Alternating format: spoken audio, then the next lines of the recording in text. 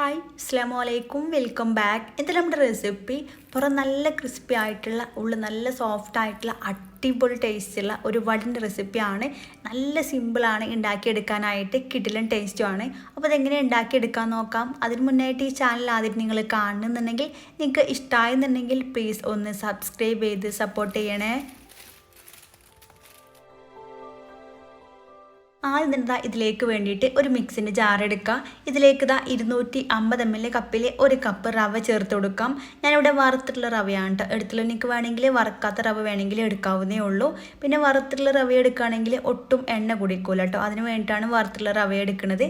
നല്ല പോലെ ഫൈനായിട്ട് ഒന്ന് പൊടിച്ചിട്ട് എടുക്കാം. ഈ ഒരു രീതിയിൽ നല്ല പോലെ പൊടിച്ചെടുത്തിട്ടുണ്ട്. പിന്നെ ഒത്തിരി പൊടിഞ്ഞിട്ട് കിട്ടണ്ട. ഇതുപോലെ ചെറിയ ചെറിയ തരികളോട് കൂടിയിട്ട് വേണം കേട്ടോ പൊടിച്ചെടുക്കാനായിട്ട്. നല്ല ഫൈനായിട്ട് പൊടിച്ചെടുക്കണ്ട. ചെറിയ ചെറിയ തരികൾ ഉണ്ടാകുന്നതാണ് ഏറ്റവും നല്ലത്. ഇത് മൊത്തത്തിൽ ഒരു ബൗളിലേക്ക് അങ്ങ് ചേർത്ത് കൊടുക്കാം. ഇതിലേക്ക് ഒരു അര കപ്പ് വെള്ളം ചേർത്ത് കൊടുക്കാം. ഞാനിവിടെ നോർമലായിട്ടുള്ള വെള്ളമാണ് എടുത്തിട്ടുള്ളത്. കൂടെ തന്നെ ഇതിലേക്ക് ഒരു അര കപ്പ് തൈരും കൂടെ ചേർത്ത് കൊടുക്കാം. തൈര് എടുക്കുമ്പോൾ ഒത്തിരി പുളിയുള്ള തൈര് എടുക്കണ്ട. ചെറിയൊരു പുളിയുള്ള തൈരായിരുന്നാലും പ്രശ്നമൊന്നുമില്ല. നല്ല പോലെ മിക്സ് ചെയ്ത് കൊടുക്കുക. ഈ ഒരു തൈരൊക്കെ ഇതിൽ നന്നായിട്ട് ഉടച്ചെടുക്കുക. നിങ്ങൾ കട്ടിയുള്ള തൈരാണ് എടുക്കണമെന്നുണ്ടെങ്കിൽ ഇതിലേക്ക് കുറച്ചും കൂടെ വെള്ളത്തിൻ്റെ അളവ് ആവശ്യമായിട്ട് വരും കേട്ടോ. അപ്പോൾ അതിനനുസരിച്ച് വെള്ളം ചേർത്ത് കൊടുക്കുക. നല്ല പോലെ മിക്സ് ആക്കിയിട്ട് എടുക്കാം.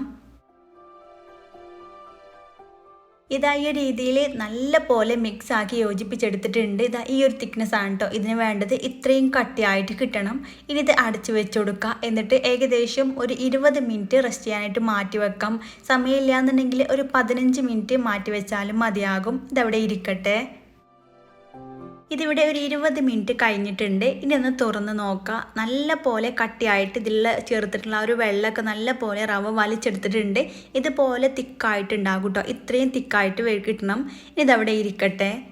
ഇനി ഇതിലേക്ക് 2 മീഡിയം വലുപ്പത്തിലുള്ള കിഴങ്ങ് തൊലി കളഞ്ഞെടുത്തതിന് ശേഷം കുക്കറിൽ ചേർത്തത് കുറച്ച് ഉപ്പും കൂടെ ചേർത്തിട്ട് ഒരു 2 വിസിൽ വരുന്നവരെ നന്നായിട്ട് വേവിച്ചെടുത്തിട്ടുണ്ട്. നല്ല പോലെ വെന്ത് വന്നതിന് ശേഷം തണുത്ത് വന്നാൽ ഇതുപോലെ ഉടച്ചെടുക്കാം കേട്ടോ. നല്ല പോലെ ഉടച്ചെടുക്കണം. ഒട്ടും കട്ടയൊന്നുമില്ലാതെ നന്നായിട്ട് ഉടച്ചിട്ടെടുക്കാം. ഇതിവിടെ മൊത്തത്തിൽ ഉടച്ചെടുത്തിട്ടുണ്ട്. ഇതുപോലെ നന്നായിട്ട് ഉടച്ചെടുത്ത് കഴിഞ്ഞാൽ ഇത് ഫുള്ളായിട്ട് ആ റവൻ്റെ മിക്സിലേക്ക് അങ്ങ് ചേർത്ത് കൊടുക്കാം. ഒട്ടും തരികളൊന്നുമില്ലാതെ വേണം ഉടച്ചെടുക്കാനായിട്ട്. ഇതിലേക്ക് ചെറിയൊരു സവാള ചെറുതായിട്ട് കട്ടാക്കി എടുത്തിട്ടുണ്ട്. ഇതുപോലെ ചെറുതായിട്ട് ചോപ്പ് ചെയ്തെടുക്കുക. അതും കൂടെ ചേർത്ത് കൊടുക്കാം. സവാള കുറഞ്ഞ അളവിൽ മാത്രം മതിയാകും. കൂടെ തന്നെ ഇതിലേക്ക് 1 ഇഞ്ച് വലുപ്പത്തിലുള്ള ചെറിയൊരു പീസ് ഇഞ്ചി ചെറുതായിട്ട് കട്ടാക്കി എടുത്തിട്ടുണ്ട്. ഏറ്റവും ചെറുതായിട്ട് തന്നെ കട്ട് ചെയ്ത് കൊടുക്കുക. അതും കൂടെ ചേർക്കാം. ഇനി ഇതിലേക്ക് 2 മീഡിയം വലുപ്പത്തിലുള്ള പച്ചമുളക്, നല്ല എരിവ് കൂടുതൽ വേണ്ടവർക്ക് കൂട്ടിയിട്ടെടുക്കുക. അതും കൂടെ ചെറുതായിട്ട് കട്ട് ചെയ്തതും കൂടെ ചേർക്കാം.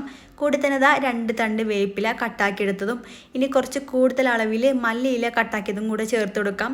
മല്ലിയില ഇഷ്ടമുണ്ടെങ്കിൽ അതിനനുസരിച്ച് കൂട്ടിയിട്ടും കുറച്ചിട്ടൊക്കെ എടുക്കാവുന്നേ ഉള്ളൂ. ഇനി ഇതിലേക്ക് ആവശ്യമായിട്ടുള്ള ഉപ്പും കൂടെ ചേർത്ത് കൊടുക്കാം. ഞാൻ ഒരു 1/2 ടീസ്പൂണോളം ഉപ്പ് എടുത്തിട്ടുണ്ട്. പിന്നെ കിഴങ്ങ് വേവിച്ചപ്പോൾ ഉപ്പ് ചേർത്തിട്ടാണ് വേവിച്ചിട്ടുള്ളത്. അപ്പോൾ അതിനനുസരിച്ച് വേണം ഉപ്പ് ചേർക്കാനായിട്ട്. ഇനി എല്ലാം കൂടെ നല്ല പോലെ കൈ വെച്ചിട്ട് മിക്സ് ചെയ്ത് കൊടുക്കുക. കൈ വെച്ചിട്ട് തന്നെ മിക്സ് ചെയ്ത് കൊടുക്കണം. അപ്പോഴേ എല്ലാം നന്നായിട്ട് മിക്സ് ആയിട്ട് വരുള്ളൂ.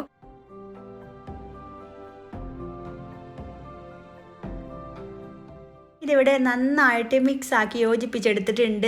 ഇതുപോലെ വേണം കിട്ടാനായിട്ട്. ഇത്രയും തിക്നെസ് വേണം കേട്ടോ. ഇതുപോലെ ഈ ഒരു പരുവത്തിൽ വേണം കിട്ടാൻ. ഇനി ഇതിലേക്ക് ഒരു 1/2 ടീസ്പൂൺ ബേക്കിംഗ് സോഡയും കൂടെ ചേർത്ത് കൊടുക്കാം. സോഡാപ്പൊടി ഉണ്ടല്ലോ, അതും കൂടെ ചേർത്ത് കഴിഞ്ഞാൽ എല്ലാം കൂടെ നന്നായിട്ട് കൈവച്ചിട്ടങ്ങ് മിക്സ് ചെയ്ത് യോജിപ്പിച്ചെടുക്കാം. ഇത്രയേ ഉള്ളൂ. ഇതിവിടെ റെഡി ആയിട്ടുണ്ട്. ഇത് റെസ്റ്റ് ചെയ്യാൻ വെക്കേണ്ട ആവശ്യമൊന്നുമില്ല. ഇപ്പം തന്നെ ഫ്രൈ ആക്കിയിട്ട് എടുക്കാം. ഇനി പൊരിച്ചെടുക്കാനുള്ള എണ്ണ നല്ല പോലെ ചൂടാക്കി എടുത്തിട്ടുണ്ട്. എണ്ണ നന്നായിട്ട് ചൂടായിട്ട് വന്നാൽ മീഡിയം ഫ്ലെയിമിലേക്ക് ഇട്ട് കൊടുക്കുക. എന്നിട്ട് ഇതുപോലെ അങ്ങ് നുള്ളി ഇട്ട് കൊടുക്കുക. ഏകദേശം നമ്മൾ പൊക്കവടയൊക്കെ ഉണ്ടാക്കൂലേ, ആ ഒരു രീതിയിൽ വേണം ചെയ്തെടുക്കാനായിട്ട്. പിന്നെ ഇത് അടുത്തടുത്തായിട്ട് ഇട്ട് കൊടുക്കണ്ട. ഒന്ന് ഇട്ട് കൊടുത്ത് കഴിഞ്ഞാൽ കുറച്ച് സ്പേസ് വിട്ടിട്ട് വേണം കേട്ടോ അടുത്ത് ഇട്ട് കൊടുക്കാനായിട്ട്. ഇല്ലാന്നുണ്ടെങ്കിൽ മൊത്തത്തിൽ അങ്ങ് ഒട്ടിപ്പിടിക്കും.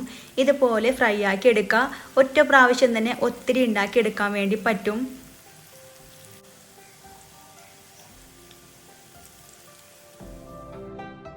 നിങ്ങൾക്ക് വേണമെങ്കിൽ ഇതിലേക്ക് ബേക്കിംഗ് സോഡ ചേർക്കാതെ ഉണ്ടാക്കിയെടുക്കാം കേട്ടോ. പക്ഷേ ബേക്കിംഗ് സോഡ ചേർക്കുമ്പോഴാണ് ഇതുപോലെ ഇട്ടെടുക്കുമ്പോൾ തന്നെ മുകളിലേക്ക് അങ്ങ് പൊങ്ങിയിട്ട് വരിക. പിന്നെ ടേസ്റ്റ് വൈസും വ്യത്യാസം ഉണ്ടാകും കേട്ടോ. ബേക്കിംഗ് സോഡ ചേർത്തിട്ട് ഉണ്ടാക്കിയെടുക്കണതാണ് നല്ല ടേസ്റ്റ് ഉണ്ടാകുക. ഇതുപോലെ നന്നായിട്ട് മുരിഞ്ഞിട്ട് കളറൊക്കെ ഒന്ന് ചേഞ്ച് ആയിട്ട് വന്നാൽ എണ്ണയിൽ അങ്ങ് കോരി മാറ്റാം. ഒട്ടും എണ്ണ കുടിക്കാത്ത അടിപൊളി സ്നാക്സാണത്. പിന്നെ പെട്ടെന്ന് റെഡി ആയിട്ട് കിട്ടുകയും ചെയ്യും. ഇതുപോലെ പുറം നന്നായിട്ട് ക്രിസ്പി ആയിട്ട് വന്നാൽ എണ്ണയിൽ അങ്ങ് കോരി മാറ്റിയെടുക്കാം. ഇതുപോലെ എല്ലൊന്നും ചെയ്തെടുക്കാം. ഭയങ്കര ഈസിയാണ് കേട്ടോ ഇത് ഉണ്ടാക്കിയെടുക്കാനായിട്ട്. ഒറ്റ ട്രിപ്പ് തന്നെ ഒത്തിരി എണ്ണം ഉണ്ടാക്കിയെടുക്കാൻ വേണ്ടി പറ്റും.